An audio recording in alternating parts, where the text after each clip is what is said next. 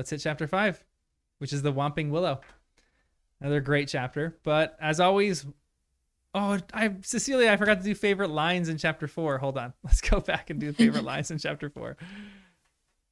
All right, what's your guys' favorite line in chapter 4? I can't forget it because I don't have one. So. Yeah, you forgot to read this one.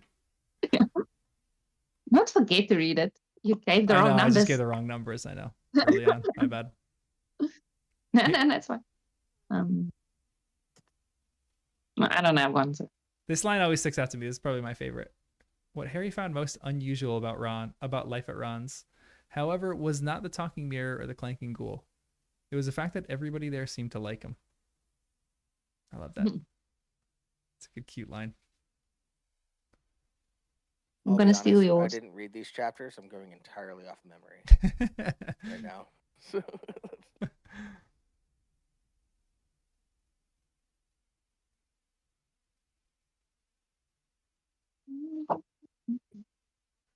Any other favorites? I don't have a favorite for this one. Okay, we'll move to I think the I next read one. the wrong chapters. That's okay, but I'll be better. I'll organize this better next time. So it's all on me, guys. My bad. No. I read 5 and 6, so I'm ready for the next one. Okay, perfect. It was my fault because I actually. All right, let's go on to chapter 5, the Whomping Willow. What did you guys see in this chapter? Anything good? I think just the older I get and read these books, the more I think how dumb Ron and Harry are for not like alerting someone.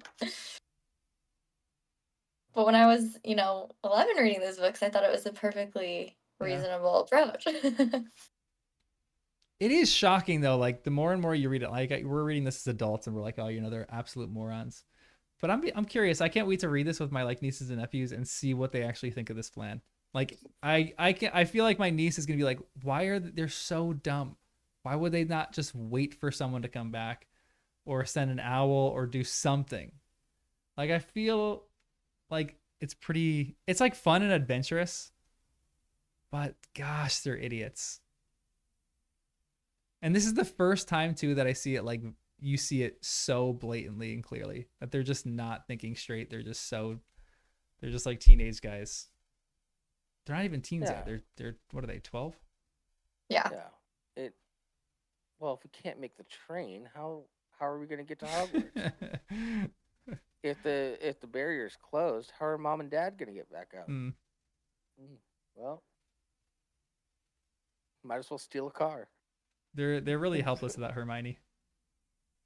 Yeah. But the plan should have been so easy. Yeah, they should have just waited by the car for their parents to come back. I wonder. I'm actually curious to what would have happened after that. If maybe they just would have apparated to Hogsmeade or something like that, or if there's a contingency plan, there's like a second train that comes for all the students that made it late or something. I don't know. Yeah, or they would have flown on broomsticks or something. Yeah. Dumbledore would have come. It's Harry Potter. Yeah. it's. I was always in agony of this chapter because the Hogwarts Express is one of my favorite parts of the books. I love it. Like going on a train for however long it was, 10 hours or whatever it was, to it's like the north of Scotland. Yeah, I feel like that would be so fun. Oh my gosh, I would. Yeah, you sit in a little train car with your friends. Yeah, catch up with your friends, have sweets, just such a fun time. So I always wonder who you catch up with your friends and what you did over the summer. Yeah. That's why I think they still use the train though, is so that everybody can get together and just sort of talk about their summers and stuff like that, and before they even get there, and then they have the feast and you talk a little bit more every night, and then class. Yeah.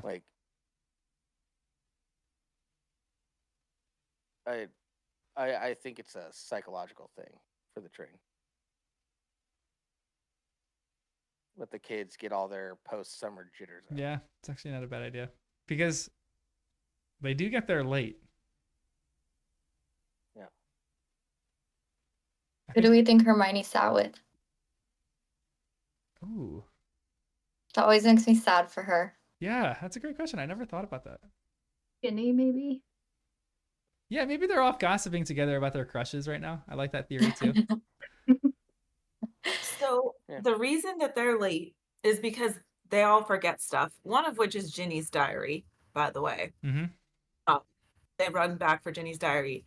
And one of the things that has always bugged me is like, can't Molly and Arthur just send it to them at the school? Yeah. Like, why do they turn back for it? I guess can't the they heat of the just moment, send maybe Ginny they're her close diary? enough. Yeah, I know. Can't they just say Accio? Like, how far are they? What's the proximity here? Right. Yeah, that's Accio, or just send it with an owl. Yeah. It doesn't have to be Errol. And Like I think Ginny that could send an owl from the school. Hey, I forgot my diary. Because she's clearly already met Tom Riddle. That's why she's so freaked out about it. Like she's desperate for her diary. So they could just say, send an owl from the school and we'll send you a diary back with it. Or like if I was their parents, if I'm Molly, or like this is an Arthur move. This is what Arthur should do. On their way, he literally has a list of everything that they've forgotten, and then as soon as they get to King's Cross, he hightails it back. He apparates back, gets everything, apparates right to King's Cross, gives it to them right before they go into the platform. It also annoys me too that Molly and Arthur go in front of their two other kids. Like, that seems a little out of character for Molly, especially. Like, wouldn't she want to see all her kids go through the platform first? Obviously, it's a plot device, but I feel like Molly would want to see all her, like, you know, little chicks go into the platform before she goes herself. I actually think it's kind of believable because they were so concerned with Ginny, and like, you know, she's nervous. It's her first time there, so they're walking through with her. But still, that part always annoyed me a little bit. But I'm kind of with you too. I feel like it shouldn't be that big of a deal for wizards to forget something because they can send it back quick. Arthur should have at least stood behind. Yeah, for sure. After Molly went through. Yeah. And then went through with the harrying run. Or maybe like Dobby actually did magic for that to happen, because Dobby is lurking around here somewhere. So maybe he did some kind of elf magic, which might be really powerful, and like, you know, made them all go through at different times and then kept the other two back. I don't know. I know it's not in the movies, but I wish they would have had like Dobby just like hiding somewhere in a corner. Yeah, seriously. In the movies. Just like a little Easter egg somewhere. Yeah. But I must say, like, them going back the whole time for their stuff is probably the most relatable part. Yeah. In this whole, like, on holiday with my family now, and like every time you leave the house, it's like, oh, I forgot this, and you come back, and it's like, okay, well, you get this. I'll go and have a glass of water, and I'll go do this quickly, and then later on you'll like leave the house an hour later. Yeah. Very relatable. Agreed. Very relatable. It's so Muggle. Yeah. So It is like, so that part is actually interesting to me because it's like, it's the same thing with the cooking. It's the same thing with a few different things. I'm curious what like the wizarding culture is. Like, this would be one of the most fascinating things. Just to be part of the wizarding world and just to see what they do and don't do.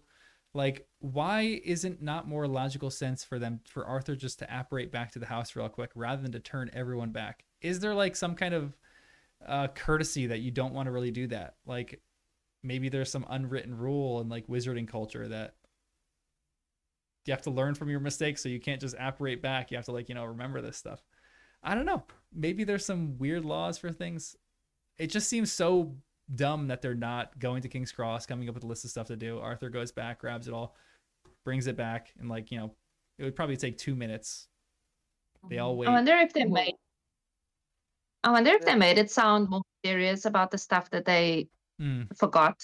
Yeah. Like, it would say like, oh, I got my whatever book, and then he would actually come back, go into the house, come back with his fireworks, you know. Yeah. Make it sound more serious than what they actually forgot. What did Fred and George forget? When Fred and George also, like, become what legal about age? the kids that like live like in Scotland or like way closer to Hogwarts? There's definitely a family that lives in Hogsmeade somewhere, and they're like, are you kidding me? We have to go to London and then we have to go back to Hogsmeade. This is ridiculous. There's probably. I mean, they could just like be at Hogsmeade Station, like when the train is coming in. Yeah. It is the experience. I'm gonna say this is the experience. I would want to go. I would want to be there for the train ride, like with all your friends and stuff. Like, that would be the whole experience. No, but that's what I was that's what I was saying earlier. Like the part of the whole experience of getting rid of the end of summer jitters is the train ride. You know, Yeah, seriously. Yeah. It's you reconnect with your friends, you get all the jitters out. That way, you're ready for your first day of school.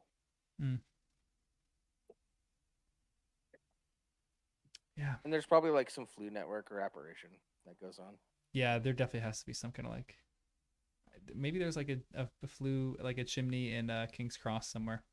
I was just there. We didn't see anything, but it was Well, so I think fun the to be Leaky there. Cauldron is not that far away from King's Cross. It's a steam engine. Maybe the smokestack on the engine is the. Ooh, I like that. Yeah, I like that. Be cool. But yeah, even going back to that, that makes me curious too about like wizard cooking. Like, shouldn't they be the best chefs ever? No, it's like, the UK. Yeah, it's kind of true. Still though, I feel like if they're like, everything should be cut perfectly. I don't know, maybe it's just a misunderstanding of magic. I think we've talked about this before, even in terms of like potions. Like potions feels more like it does cooking than it does like chemistry to me. And it has like a bit of, you know, chemistry involved, but I don't think it's as simple as like following the rules, which is why I love in book 6 when we get the prince's book, it's like improvements on this. That's like when you see a master chef right there, like using his taste buds, figuring everything out. And I think the same thing is kind of true for cooking. Like Molly seems like she's a very able cook because she has the creativity. She like, you know, knows how to make everything taste good, but I don't know if Harry can do that. But that's the other thing about them turning back for the book. It's because even in the 5th book, when Fred and George become of age, Molly chastises them for constantly using magic for everything. It's like, no. You need to still know how to do things by hand. Yeah, and they take that to heart because they like, you know, they learn magic by hand, and that helps them significantly later on in their like, you know, business careers. So it does work out for them, but it still is, I don't know, it's a fascinating thing for when wizards use magic versus when they don't. Because in the first book too, they say like, oh, wouldn't all muggles want all their problems solved by magic? And that's true. I just think of that all the time. Like when I'm cooking, I'm like, why can't I just do all this all by magic? Save me so much time, you know. I actually love cooking, but some days I don't, and I'm like, this sucks. I just want to get this over with. I just want to eat. I like cooking. I hate the cleanup. Yeah, same. Yeah. If I could just any magic power at all, just clean up. Yeah. I'd be happy. That's it. I just want that one. Yeah, I'm with you. 100% there.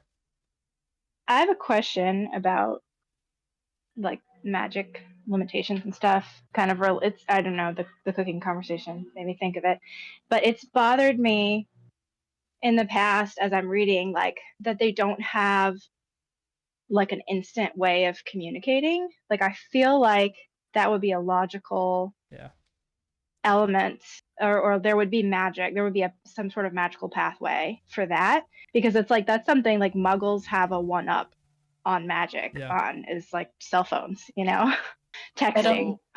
So there's the flu network, and then James and Sirius had those mirrors. And then, but that's true, but they're not mass. It's not mass. Yeah, produced. why aren't they everywhere? Or like, yeah, I mean, that's right. There are things like that, but why? Because there are times where they really could use that, you know, like why is it not more commonplace or used more, like by Aurors or the Order of the Phoenix? There's another one I know too is like the sending their Patronuses, you know, that they can send their Patronus. That's advanced with magic, a message. Though. Not everyone can do that. So there's a couple of things. This took place in the 90s, so they don't need to compete for right. like instant communication as much. It still seems like maybe this is just shallow too, but I feel like wizards are not as good as problem solvers as Muggles, because they just maybe rely on magic all the time. Like I'm thinking of the same thing. Like there were phone booths in London, you know, for a significant time. Why didn't they take that idea and like even just something as simple as like put a phone booth in Hogwarts and make it magic and put a mirror there, like FaceTime before FaceTime isn't even invented. Like how is Dumbledore not out there thinking of this idea and just like creating it? There's no harm in something like that too. Like this two-way mirror that Sirius gives him. How does Dumbledore not look at that and be like, hey, let's incorporate this to Hogwarts, the Hogwarts communication system, rather than, you know, sending owls. The students can go into this little phone booth and they can have like a face-to-face conversation with their parents or whoever they want to see. No, here's why. Wizards are out there, wizards and witches. They're just out there living the good life, chilling. For sure. They're chilling out, max, relaxing, all cool, shooting some b-ball outside of the school, you know. And like, and they still have to communicate with each other. They have it so easy. Just send a letter. I'll read it when I read it. Whatever. There is kind of a niceness to that. It's like everything's not immediate. You have to send a letter. I mean, like I love sending letters, but still, it's extreme. But for it to be limited to that, yeah. Agreed. I also remember reading something. I think like it's like every couple years or so, like I go through Pottermore and I read like literally every single one of like the little extra things that JK has written. And it said that after the statute of secrecy was instituted, it like wizards just kind of stopped. Like that's why they still wear robes. That's why they still do a lot of like quirky things. So they kind of just like all of their solutions have just stayed from about that time point. So they don't really like the feel Amish. the need. Yeah. Like they're like, it was good then, it's good now. Any technology past 1970, also, no thank you. Yeah. Also, there's like radiant magic that comes off of wizards and witches that interferes with electricity and signals. So too many people in a place can mess up whatever. Which I love that about Hogwarts, but there's still parts where that they should be able to operate around that. Like the fact that I always think this is the funniest fact in the wizarding world, but like they didn't have bathrooms. Like they would just poop their pants and then use a vanishing spell against that. Like that's what they did before they brought bathrooms into Hogwarts. I'm like, what the heck is going on with that? Wizards were ridiculous. Yeah. I'm curious more about that kind of stuff too. Like why did they adopt certain technologies? And like the statute of secrecy. They adopted the bathrooms because Slytherin's heirs, like the Gaunt family, needed access down to the Chamber of Secrets. So the bathrooms are literally like not even out of necessity. They're out of like, we want a secret chamber hidden. Let's incorporate bathrooms into the school.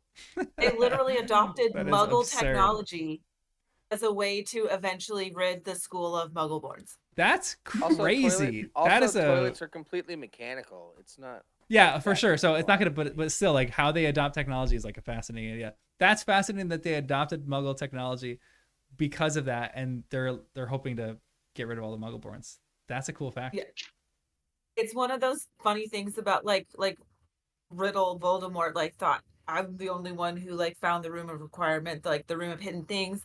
I think he's like the only one. He thought he was the only one who ever found the Chamber of Secrets, but he's not. Like the Gaunts, there were several Gaunts who found it over time too, because they were the heirs of like the descendants of Slytherin. I don't know. It's somewhere again and like the Pottermore JK stuff every once in a while, like when I'm bored and it's summer vacation or something. Great. Yeah, it's good reading. Like, that one blew my mind. I was like, what? There were other people in there before? So yeah, they had the bathrooms put in so that it would be accessible. That's wild. I'll have to go find it. Yeah, seriously, I love those little tidbits. I mean, it makes sense. Like, okay, so technology doesn't work in there, but yeah, you can still incorporate mechanical things. And like, again, I still think they should have mirrors all over the school that they can communicate with their parents for, or like even something as simple as paintings. Like maybe when a first year comes to the school, they have to bring, like I don't know if you guys did this, but like your first day at school, you have to bring a tissue box. That was the big thing for my school. Cause like, the teacher has like, 20 tissue boxes, and you use them all throughout the school year. The first year thing for Hogwarts students should be you have to bring a painting that is in your house. Like you have to paint, I don't know, maybe you don't have to paint it, but you have to get like, a painter to paint a portrait in your house, and then we'll put one in Hogwarts. So maybe you can even just use that to communicate. That can be your go-between, where you like, go up to your portrait in Hogwarts and be like, hey, can you tell my mom that, I forgot this, and, I love her, yada, yada, yada. And then the portrait disappears, goes to the house, and, communicates that. Something as simple as that would just save a lot of time. Do you know how the portraits work? I think. I'm doubting myself now. So essentially, if there's a portrait of somebody, that person has to imbue the portrait with all of their knowledge to essentially become them. No, that's for headmasters. That's not for all portraits. That's okay, but it's for enough right. portraits. Yeah, but like you just get like a cheap little like painter to come and paint like a portrait of the same person and put it in one house and the other. I'm just trying to come up with random ideas here. I would do some random stuff. Like all I'm saying is the communication system in Hogwarts is terrible. Constantly going to tell my parents and annoy them with the stuff that I have going on. So, I like if Hermione's parents has a bit where she moves in and out. How are they going to hide that from the neighbors? Yeah, it's very true. Yeah. Are Sir Cadogan and the fat lady, are they fictional? Like they're not portraits of people. They're just like an artist's invention. Is that correct? Well, there's definitely portraits that are just like artist inventions, I think. Right, but I would assume that Sir Cadogan is one of those. Yeah, Sir, he seems more like it. Maybe the fat lady seems more like a model to me. Like she was like sitting there with her fruit or something like that in her little frame. Yeah, she like modeled that picture. Sir Cadogan was a real person. He seems like a Don Quixote kind of person to me. Yeah, like fictional, but like maybe based on a real person. I don't know. Like the knight that King Arthur was embarrassed about, so he never got any stories written about him. Seriously, yeah. Yeah, it's like Rufus from Dogma. Went right I don't over know my if head. you guys have seen that movie. Never seen it. Rufus was the 13th disciple of Jesus. Oh, Rufus. Long story. I don't want to get into it. But yeah, I feel like they could come up with something. I liked in the Ministry of Magic how they have the paper airplanes rather than the owls. I'm like, okay, that's good problem solving. We're getting there. But they can incorporate other stuff in Hogwarts that isn't just owl communication. And Brendan Lee Mulligan always said this, and I love this. But he said that wizards have entrusted their messaging system with nature's slowest bird. Apparently, owls are like the slowest bird that exists. And that's the one they chose as messengers. Like falcons or something. Yeah, exactly. I know, right? And apparently, I was talking to Jen and Danny, and they like found this fact that they're like, they're not even like the smartest birds. They're not really all that smart. Like ravens are way smarter than owls. Apparently, like that you can train a raven so much easier. And maybe like that's smart that owls you can't train them that easy. But apparently, on the sets of the movies, they had a really hard time training these owls to do certain things, and they would just like, it was like a one-hit wonder. If they got lucky on a set, they were like, okay, let's just run with that. Other than that, they were just like sending birds everywhere and seeing if they can get a shot. Yeah. I mean, homing pigeons are a thing. Yeah, for sure. Yeah, everyone has a pigeon. Yeah.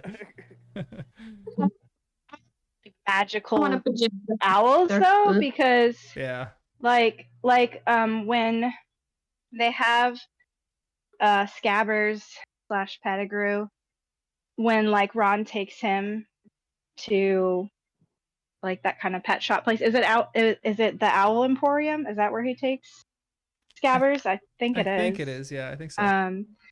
And like it's almost like they have a discussion about whether or not Scabbers is a magical rat. Yeah. So maybe like the owls that, you know, are their pets are like a different type. They're, you know, they're, you know, the wizard version. Yeah. Like muggles are to regular owls what wizards are to the owls that are their pets, Yeah, I like like that. Hedwig. Yeah. Yeah, that makes sense. Another, even like just like lore and stuff in Hogwarts. What is the Whomping Willow? Is that like a normal plant in the wizarding world, or did they actually enchant that willow, that specific willow? Because they planted it during Lupin's first year, right? I think it's a plant that exists in the magical world. Oh. I don't Well, think it was Lockhart specifically says enchanted to he's be Whomping. Lockhart says he's encountered several of them. Obviously, That's true. he's That's a true. liar. Yeah. I But believe We him. can't trust Lockhart. he says it right in front of Sprout, who I think would contradict him. Yeah. And I think when Lupin says they planted it the year that he came, like in my imagination, it already had to have been fully grown. Yeah. Like Which they is shocking must to have me. Yeah. transplanted it. Yeah. Because otherwise it wouldn't have Yeah. been remotely able to like There's like a little sapling trying to whip people away Yeah. from the entrance. Yeah. Yeah, Now that so it must have come from somewhere. Yeah. yeah. Now that I So they think, must be like native to some place. And in the movies, Or it that could be- it could that be, willow like- looks like it's like 400 years old. It's massive. Mhm. also, And they keep referring to it as like ancient, and you know, Yeah.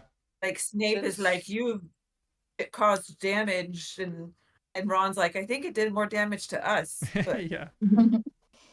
yeah, yeah, so like Willow has that I special think knot. they must be other places. Yeah. The special knot is really interesting too. Yeah, so maybe it was just enchanted. Maybe it's just a regular willow tree. Or maybe every Like a Whomping Willow regular has like a weeping knot willow. that, you know, makes it limp or something like that. I mean, I love plants. That's one of the most fascinating things to me. I would love to be in, you know, Professor Sprout's greenhouses, just learning about all that kind of stuff. Because it does seem like it has to be transported there fully grown. How the heck did they do that? I mean, it's wizards, so like, you know, they could probably shrink it down and then like, you know, maximize it again. But maybe they made it bigger. I don't know. Maybe when it was there. I think it's cool though. I kind of like that. There's got to be a book like Fantastic Plants and Where to Find Them. Seriously. That'd be dope. Yeah. Maybe Neville will write one. I know. Be like the herbology version of NEWT. Oh, he's the best. I love him. New headcanon. I like that. I know. My favorite headcanon, by the way, is that Neville finds a cure for the Obliviating Charm when he becomes like a world famous herbologist. I was just listening to that episode of you and Lizzie the other day, and I was like, "That's so awful, John." It's the worst. It's the worst theory ever because my theory is really sad because he discovers it after his parents die, and it's like he did this all this time. He was like he made it his life's ambition to find the cure, and then he finally found it, and he was really excited about this. And then his wife, who was a healer, comes back and says, "Oh, I'm sorry, your parents just died this afternoon." And he's like, "I just found it." No. Hold on, Neville's parents were in Oblivion. I know, but they were tortured into insanity. But still, there was like he finds a cure to like restore their memory, essentially rehabilitate their brains. Yeah. Oh, Theory. I know it's a very dark theory. I like the sad ones. I like making things really sad. Nicholas book. Doesn't he marry Hannah Abbott? Yeah. So random. I know. I think okay, so I think it's not that random because both of them had parents who either died or like Hannah had some crazy stuff happen to her. So I think they probably trauma bonded. Yes. Oh my God, then, so much trauma for her. Yeah. And they probably sat in a So coffee sad. shop and, you know, had a proper cry together and were like, "Oh, you're kind of cute. I'm kind of cute. Let's go. Let's have a date." Yeah. Anyway, back to chapter 5. Anything else in chapter 5 about the Whomping Willow? I love how Snape keeps on trying to get Harry expelled, which doesn't make sense. He's supposed to protect him. That's a good point. He has to know Dumbledore is like literally never going to let that happen. Like ever. Dumbledore is never ever going to expel Harry. So is all that a just like a facade for Snape? Is he just like playing into the fact that he hates him? No, I think he just playing hates into Harry being- so much. It's just a reflex to bully him as Yeah. much as he possibly can. Yeah, I he's, think the he's other ones playing into were being like, the you know, bad guy. but this one really felt like he really was hoping that they would get expelled. Hmm. Like the tree. Yeah. Because Harry even says it looked like for Snape, like Christmas got cancelled. Yeah. This, like, I was thinking about this a second ago, like when you were talking about like the Prince's book, and it was like so cool, like reading all his notes and stuff.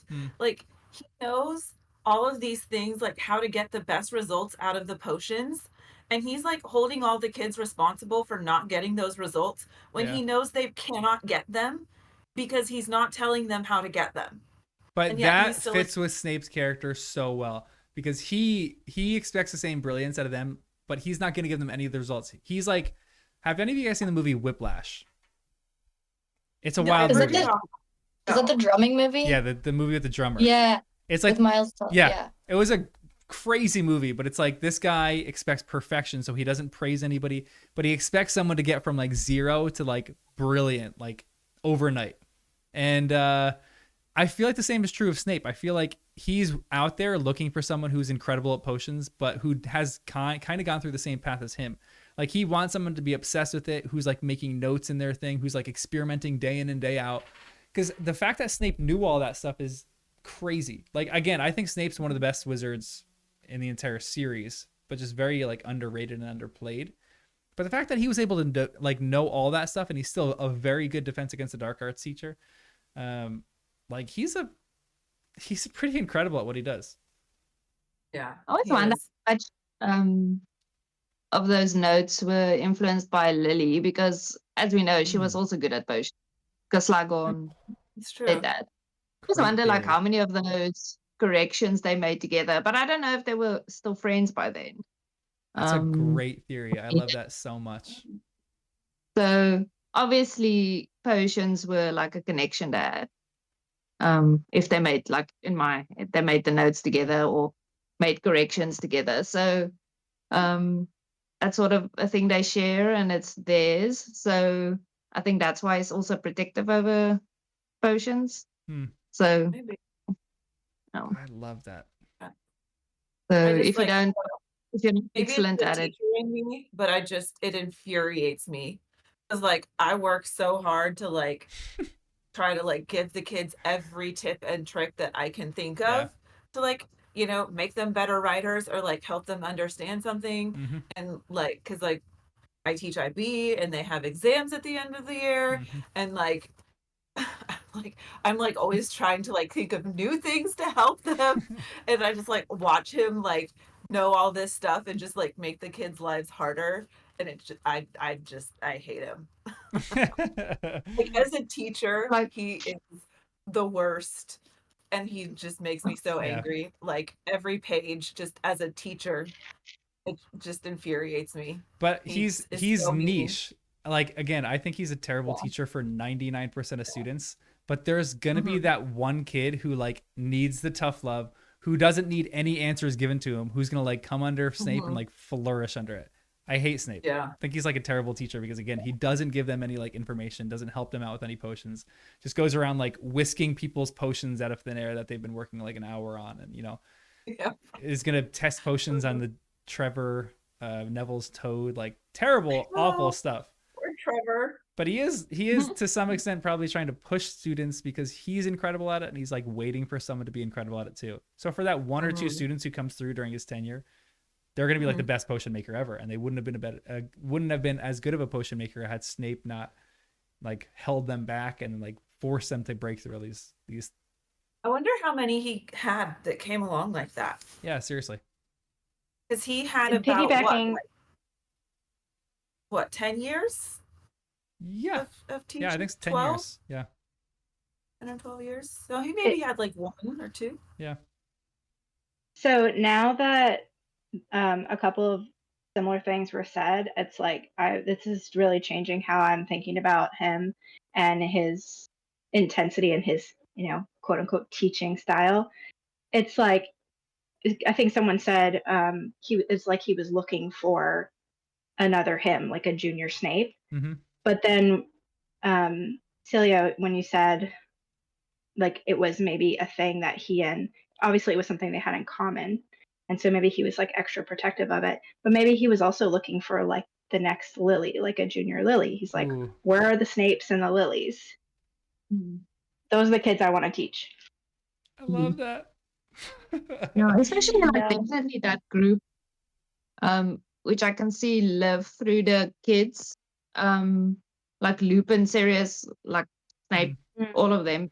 It's so stuck in their youth. I don't think they grew up past the first Wizarding War. So I can think that they like look for themselves in the kids a lot, because I mean you see that with Sirius a lot because he sort of lived through Harry, and I think to an extent Snape as well. So I can see them like looking for little Snapes and little Lilies in the students. That's actually tragic because I love your theory that he learned all this with Lily, because in my head, like we get someone who's really good at every like subject pretty much except for potions. I feel like there's no one that's really that good at potions, and maybe like, you know, Muggle studies or something like that. But I love the idea that Lily was the incredible one at potions and Snape kind of learned everything with Lily. Like they kind of team did that. Like I would have loved even something as simple as like there were two different kinds of handwriting in the book, like some small little subtle nod that Lily was the one that was helping Snape learn all these potions, and Snape was kind of looking for that again, for looking for like a partner in crime, and he was really bummed that Harry was so terrible at potions and he didn't have, like, you know, his mother's potions knack. So sad. I know. That is the best headcanon ever. Yeah. And then on like one of them, she's like, Severus, you cannot like write spells like this. We had this conversation already. Yeah. Yeah, I think she definitely gave him a lot of the ideas. Yeah, I like that. I think not that he is not good at potions. I think he's really good at it as well. I think just like obviously he's not like the kind of pupil that Slughorn would collect. Yeah. So that's why Slughorn was like saying that Lily was so great. But I think like Snape was obviously good at potions anyway. I wonder how much of a wedge that drove between them as well. Like Slughorn was their teacher. Slughorn loved Lily, probably like favorite student at Hogwarts. And I wonder if that graded on Snape a ton, because I'm sure Snape wasn't in the Slug Club. I'm sure he probably maybe he didn't want to be. Maybe he was like faking like he didn't want to be, but he really did want to be because Lily was there, and, you know, like, and then it just drove a further wedge between them, a little jealousy.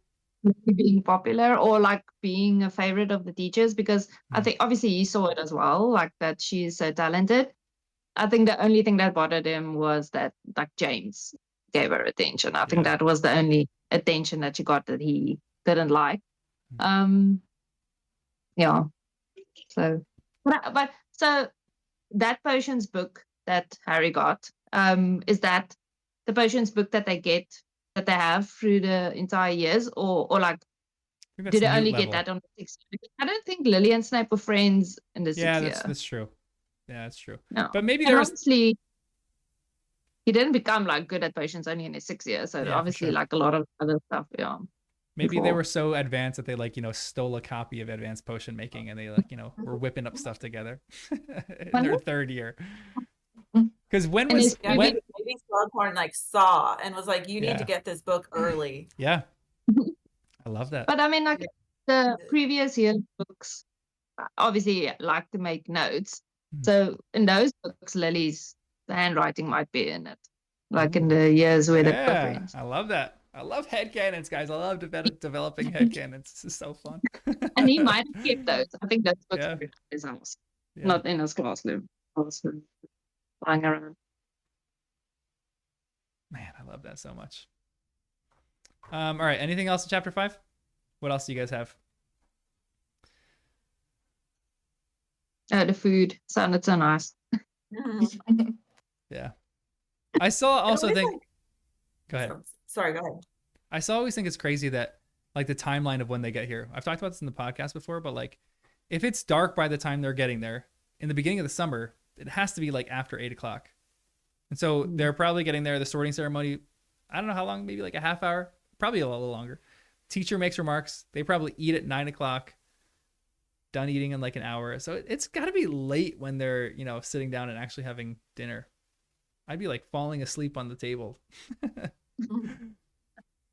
Well, obviously they eat a lot too. Yeah. You know, they do snack on a train, so it's not, you know, so at least they have something.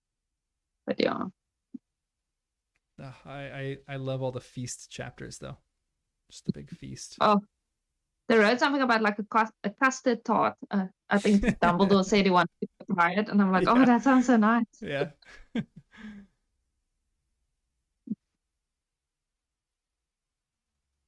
Any other So I was doing like I'm in the Harry Potter like fan club, and they sent like the quizzes and stuff.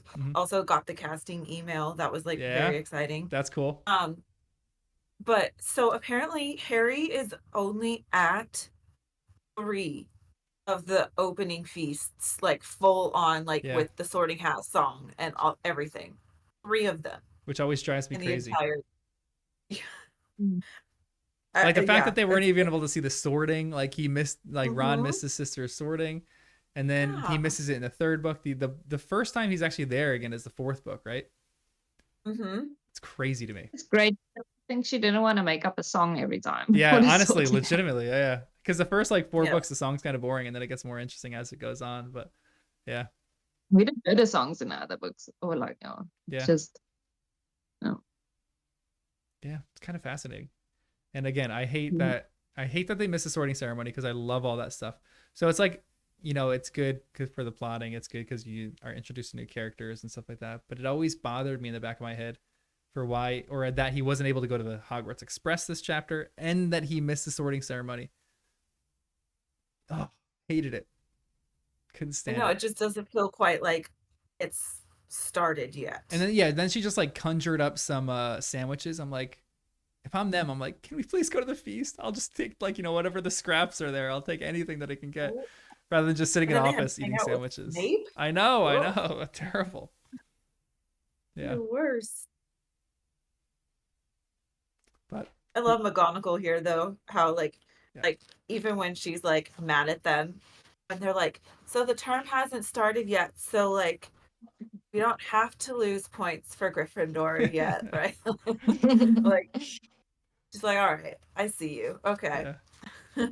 That's my favorite line in the chapter. It's Professor McGonagall gave him a piercing look, but he was sure she had almost smiled.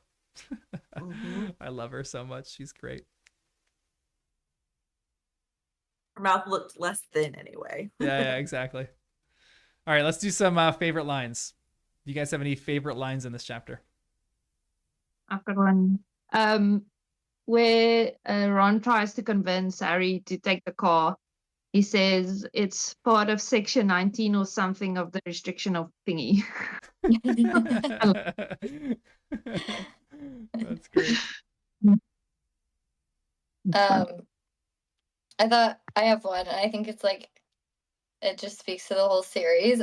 This, thought Harry, was surely the only way to travel, past swirls and turrets of snowy cloud in a car full of hot, bright sunlight with a fat pack of toffees in the glove compartment, and the prospect of seeing Fred and George's jealous faces when they landed smoothly and spectacularly on the sweeping lawn in front of Hogwarts Castle. Like, nothing ever goes as they expect in this whole series. Yeah.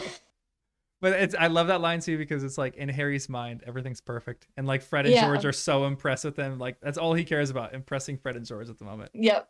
And he kind of did. So that one part, that's the only part that came true. Yeah. The best part is when they were actually heroes, when they got to Gryffindor Tower, they couldn't even enjoy it because Hermione was so like... I know. They're just like... Yeah. I know. Give us a moment.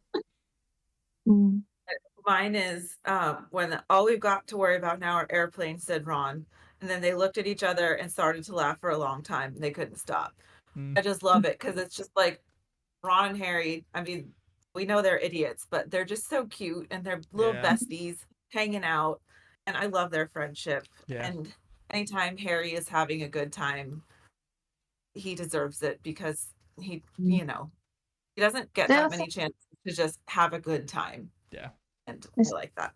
They're just 12-year-old buds. boy. Thank you. Yeah.